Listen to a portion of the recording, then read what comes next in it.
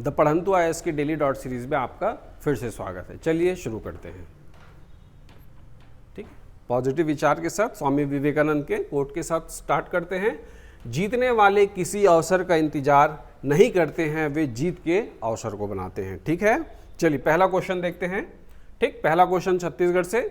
छत्तीसगढ़ राज्य के वर्तमान मुख्य निर्वाचन पदाधिकारी निम्न में से कौन है? ठीक है, ऑप्शन देखिए, रीना बाबा साहेब कांगले, बी शिखा राजपूत, सी विपिन मांझी और डी KRR सिंह। आपको बताना है कि अभी छत्तीसगढ़ राज्य में वर्तमान में मुख्य निर्वाचन पदाधिकारी कौन है। अभी 2024 में छत्तीसगढ़ में चुनाव होने वाले हैं, फिर से विधानसभा चुनाव। ठीक है, तो इसके लिए जो अधिकारी नियुक्त रहता है वो कौन रहता है? मुख्य निर्वाचन पदाधिकारी। तो इसमें सही ऑप्शन है ए, श्रीमती रीना बाबा साहेब कांगले। ये अभी छत्तीसगढ़ में वर्तमान मुख्य निर्वाचन पदाधिकारी है। चलिए थोड़ा सा देखते हैं इनके बारे में भी।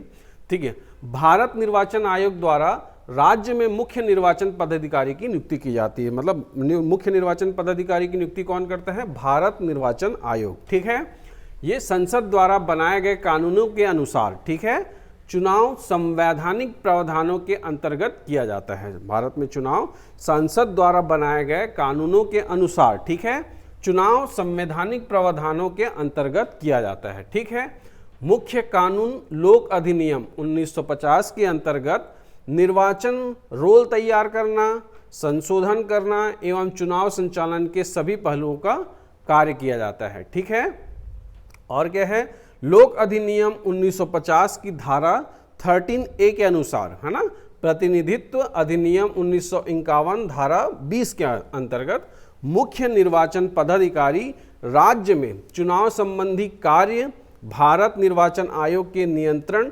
निर्देश एवं अधीक्षण में करते हैं। ठीक है, कौन सी धारा के अंतर्गत उनको शक्ति मिलती है ना? ये लोक अधिनियम 1950 की धारा 13A के अनुसार। ठीक है, राज्य में कौन चुनाव को कंडक्ट कराता है? मुख्य निर्वाचन पदाधिकारी। किसकी देखरेख और नियंत्रण में करता है? चुनाव आयोग में, भारत निर्वाचन आयोग के नियंत्रण और देखरेख में करता है। अभी छत्तीसगढ़ में 2024 में चुनाव होने वाले हैं फिर से। ठीक है, उसी के रिगार्डिंग अभी क्या हो रहा है कि देश में मतदाता सूची के द्वितीय, ठीक है, द्वितीय विशेष संक्षिप्त पुनर्निरीक्षण का काम कब से? 2 अगस्त से शुरू हो रहा है। ठीक है, 2 अगस्त से फिर से पुनर्निरीक्षण का काम शुरू हो रहा है। इसमें ज़्यादा से ज़्यादा लोगों को मतदाता सूची में नाम जुड़वाने के लिए, प्रेरित करने के लिए इस दिन मुख्य निर्वाचन पदाधिकारी कार्यालय द्वारा रायपुर में वॉकेथॉन का आयोजन किया जा रहा है। क्या है? 2 अगस्त को क्या है? रायपुर में वॉकेथॉन। ठीक है, ये क्यों किया जा रहा है?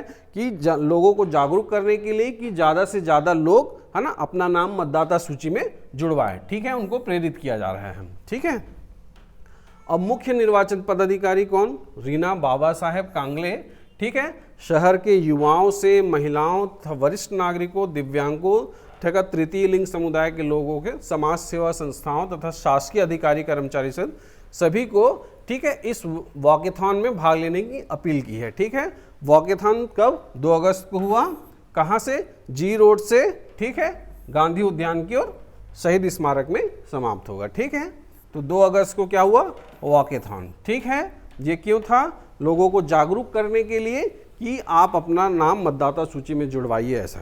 ठीक है, आपको मतदाता सूची में नाम जुड़वाने के लिए ये जागरूकता अभियान है। ठीक है, चलिए अगला क्वेश्चन देख लेते हैं। अगला क्वेश्चन क्या है? छत्तीसगढ़ प्रदेश में खरीफ मौसम में अनाज, दलहनी, तिलहनी एवं अन्य फसलों का बुआई का लक्ष्य 2000 में कितना प्रतिशत रखा गया था? छत्तीसगढ़ प्रदेश में खरीफ मौसम के अनाज, दलहनी, तिलहनी एवं अन्य फसलों की बुआई का लक्ष्य 2023 में कितना प्रतिशत रखा गया था?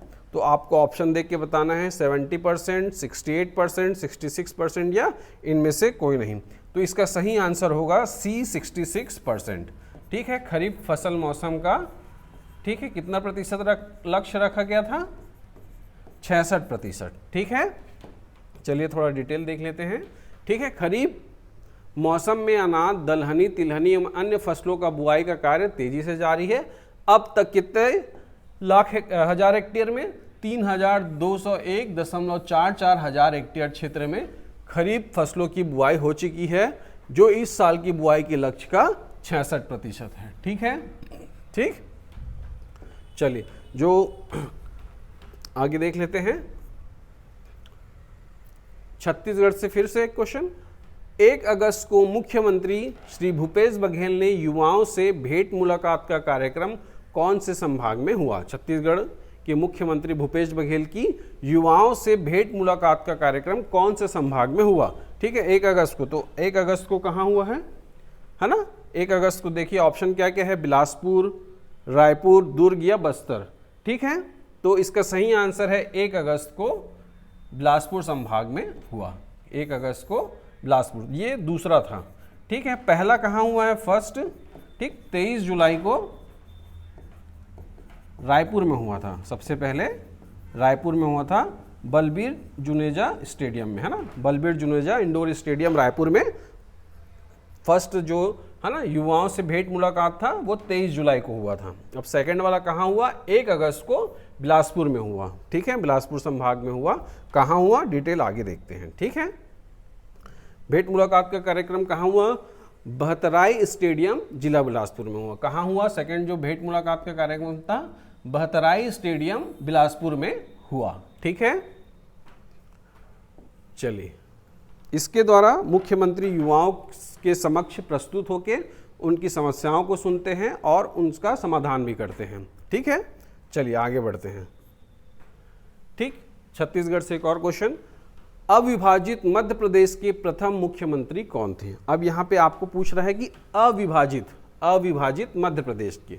ठीक है, छत्तीसगढ़ है जो सन 2000 में मध्य प्रदेश से है ना अलग होके राज्य बना है, छत्तीसगढ़ नया राज्य बना, तो उससे पहले मध्य प्रदेश था। तो अविभाजित मध्य प्रदेश का प्रथम मुख्यमंत्री कौन थे? ठीक है, तो इसका ऑप्शन देख लीजिए कौन कौन है। अजित प्रमोद जोगी, रविशंकर शुक्ल, विद्याचरण शुक्ल या पंडित सुंदरलाल शर्मा। तो इसका सही आंसर है अविभाजित मध्य प्रदेश के प्रथम मुख्यमंत्री कौन थे? Option B, Ravishankar Shukla. ठीक, ये अविभाजित मध्य प्रदेश के प्रथम मुख्यमंत्री थे। और छत्तीसगढ़ राज्य के प्रथम मुख्यमंत्री कौन थे?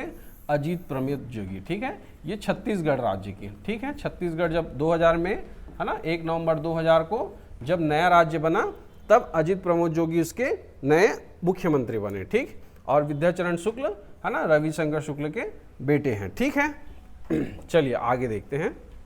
और पंडित सुंदरलाल जो शर्मा है वो स्वप्नदृष्टा थे, है ना, मतलब छत्तीसगढ़ के लिए। ठीक, आगे बढ़ते हैं। मुख्यमंत्री श्री भूपेश बघेल ने अविभाजित मध्य प्रदेश के प्रथम मुख्यमंत्री पंडित रविशंकर शुक्ल की 2 अगस्त को जयंती पर उन्हें ना, तो पंडित रविशंकर शुक्ल की जयंती कब होती है? 2 अगस्त को। ठीक है, कब होती है? 2 अगस्त को। और छत्तीसगढ़ शासन इनके सम्मान में है ना कौन कौन से क्षेत्र में? छत्तीसगढ़ सरकार उनकी स्मृति में सामाजिक, आर्थिक और शैक्षणिक क्षेत्र में अभिनव प्रयत्न करने के लिए रविशंकर शुक्ल का सम्मान स्थापित किया है। ठीक है, छत्तीसगढ़ सरकार है ना रविशंकर शुक्ल की स्मृति में सामाजिक, आर्थिक तथा शैक्षणिक क्षेत्र में अभिनव प्रयत्नों के लिए पंडित रविशंकर शुक्ल सम्मान स्थापित किया है ना। 2022 में, ठीक है, किनको मिला था? श्री सीताराम अग्रवाल को। ठीक है, 2022 में है ना पंडित रविशंकर शुक्ल सम्मान जिनको सीताराम अग्रवाल को मिला था। ठीक है, जो रविशंकर शुक्ल हैं ये भारतीय स्वतंत्रता संग्राम के राष्ट्रीय आंदोलन में शीर्ष भूमिका निभाए थे। इन्होंने छत्तीसगढ़ में जन जागरूकता लाने का महत्वपूर्ण काम भी किया था। ठीक है, चलिए आगे देख लेते हैं। ठीक, अंगदान के प्रति लोगों को जागरूक करने के लिए अंगदान महोत्सव कब मनाया जाएगा? ठीक है, आपको बताना है कि अंगदान के प्रति लोगों को जागरूक करने के लिए अंगदान महोत्सव कब मनाया जा रहा है। ठीक है, तो ऑप्शन देखिए 1 अगस्त, 2 अगस्त, 3 अगस्त या 4 अगस्त। तो इसका सही आंसर है सी, 3 अगस्त। सही आंसर है सी, 3 अगस्त को अंगदान के प्रति लोगों को जागरूकता करने के लिए अंगदान महोत्सव मनाया जाएगा 3 अगस्त को। ठीक है, ठीक, आगे देखते हैं। ठीक है, 3 अगस्त को भारतीय अंगदान दिवस पर अंगदान महोत्सव का आयोजन किया जाएगा। ठीक है, ये कौन कर रहा है? राष्ट्रीय स्वास्थ्य मिशन के परिपत्र जारी कर सभी जिलों के मुख्य चिकित्सा एवं स्वास्थ्य अधिकारी तथा राज्य स्वास्थ्य संसाधन केंद्र के संचालक को इस संबंध में आवश्यक दिशा निर्देश दिए गए हैं। ठीक है, संचालक चिकित्सा शिक्षा से भी सभी शासकीय मेडिकलों मेडिकल कॉलेजों के डीन को परिपत्र कर इस आयोजन के निर्देश दिए गए। भारतीय अंगदान दिवस कब है? 3 अगस्त को। ठीक है, चलिए आगे देखते हैं। ठीक, फिर से छत्तीसगढ़ से एक क्वेश्चन और, लाख का उत्पादन निम्न में से, है ना, कौन से पौधे से होता है ना, जो लाख का उत्पादन है वो निम्न में से कौन से पौधे से होता है? तो ए कुसुम या बेर, है ना, बी पलास, सी सेमलियाता, है ना, या डी उपरोक्त सभी। तो जो लाख है ना, ये सभी से होता है, तो इसका सही आंसर होगा डी, है ना, उपरोक्त सभी। ये कुसुम बेर, कुसुम के पौधे से, बेर के पौधे से, पलास से और सेमिया लता के पौधे से भी होता है। चलिए इसके बारे में आगे देखते हैं। ठीक है, राज्य के वनांचल क्षेत्र में लाख की खेती, है ना, ग्रामीणों के आय के लिए जरिया होती है। ठीक है, प्रदेश के कई जिले में किसान लाख का उत्पादन कर अच्छी आय अर्जित कर रहे हैं। ठीक है, कहाँ? दंतेवाड़ा जिले के हीरानार, है ना, व जोड़ा तराई ग्राम में किसान किस पौधे से? सेमिया लता के पौधे से लाख का उत्पादन कर रहे हैं। ठीक है, कि जो सेमिया लता का पौधा होता है, ये इसका प्रबंधन, है ना, प्रत्येक वर्ष उत्पादन में वृद्धि हो रही है ना, उचित प्रबंधन से प्रत्येक वर्ष के उत्पादन में वृद्धि होती है। साथ ही इस पौधे के बीच में अंतर्वर्ती फसलों की भी खेती की जा सकती है। ठीक है, जो इस पौधे का बेहतर प्रबंधन कर किसान अच्छी आय का सृजन तो कर रहे हैं। ठीक है, एक लघु उद्योग के रूप में लाख का उत्पादन किया जा रहा है, जिसे, है ना, जंगल में किसान कहाँ कुसुम बेर, है ना, या पलाश के पौधे से प्राप्त करते हैं। लेकिन ये जो कुसुम बेर और ये जो पलाश के पौधे होते हैं, ये बड़े होने में इनका प्रबंधन करना थोड़ा मुश्किल हो जाता है। ठीक है, इसलिए वैज्ञानिक रूप से क्या किया गया है कि जो सेमिया लता का पौधा है ना, उसको इंट्रोड्यूस किया गया, जिसके थ्रू क्या होता है, ये केवल 5 से 60 फीट ऊंचा होता है और इसका प्रबंधन मतलब ईजिली हो जाता है। ठीक है, और इसको बंजर भूमि में भी इसकी खेती की जा सकती है और कम पौधे में पानी की कम जरूरत पड़ती है। ठीक, और अधिक ऊंचाई ना होने के कारण इसमें आसानी से लाख कीट को पाला जा सकता है, इसका प्रबंधन भी सरलता से कर सकते हैं। ठीक है, ये कृषि विज्ञान केंद्र गीदम की पहल से लाख उत्पादन हेतु सेमिया लता पौधे का परिचय किसानों से कराया गया था। ठीक है, जो बेर, कुसुम या पलाश का है वो जंगली पौधे हैं। ठीक है, उनके प्रबंधन करने में थोड़ी सी परेशानी आती है, इसलिए सेमिया लता का पौधे का, है ना, कहाँ कृषि विज्ञान केंद्र गीदम की पहल से इसका परिचय किसानों को कराया गया था। ठीक है, जो लाख का मुख्य उपयोग होता है ना, लाख तो एक विद्युत का कुचालक होता है। ठीक है, और इसके बाद लाख से बहुत सारे आभूषण भी बनते हैं, पेंट पॉलिश का भी में यूज़ होता है, तो लाख के बहुत सारे उपयोग होते हैं। तो ये बहुत अच्छा लघु उद्योग के लिए उपयोग किया जाता है। ठीक है, और वनांचलों में आय का साधन बनता है लोगों के लिए। ठीक, चलिए आगे बढ़ते हैं। ठीक है, अब इंडिया से देख लेते हैं करंट अफेयर।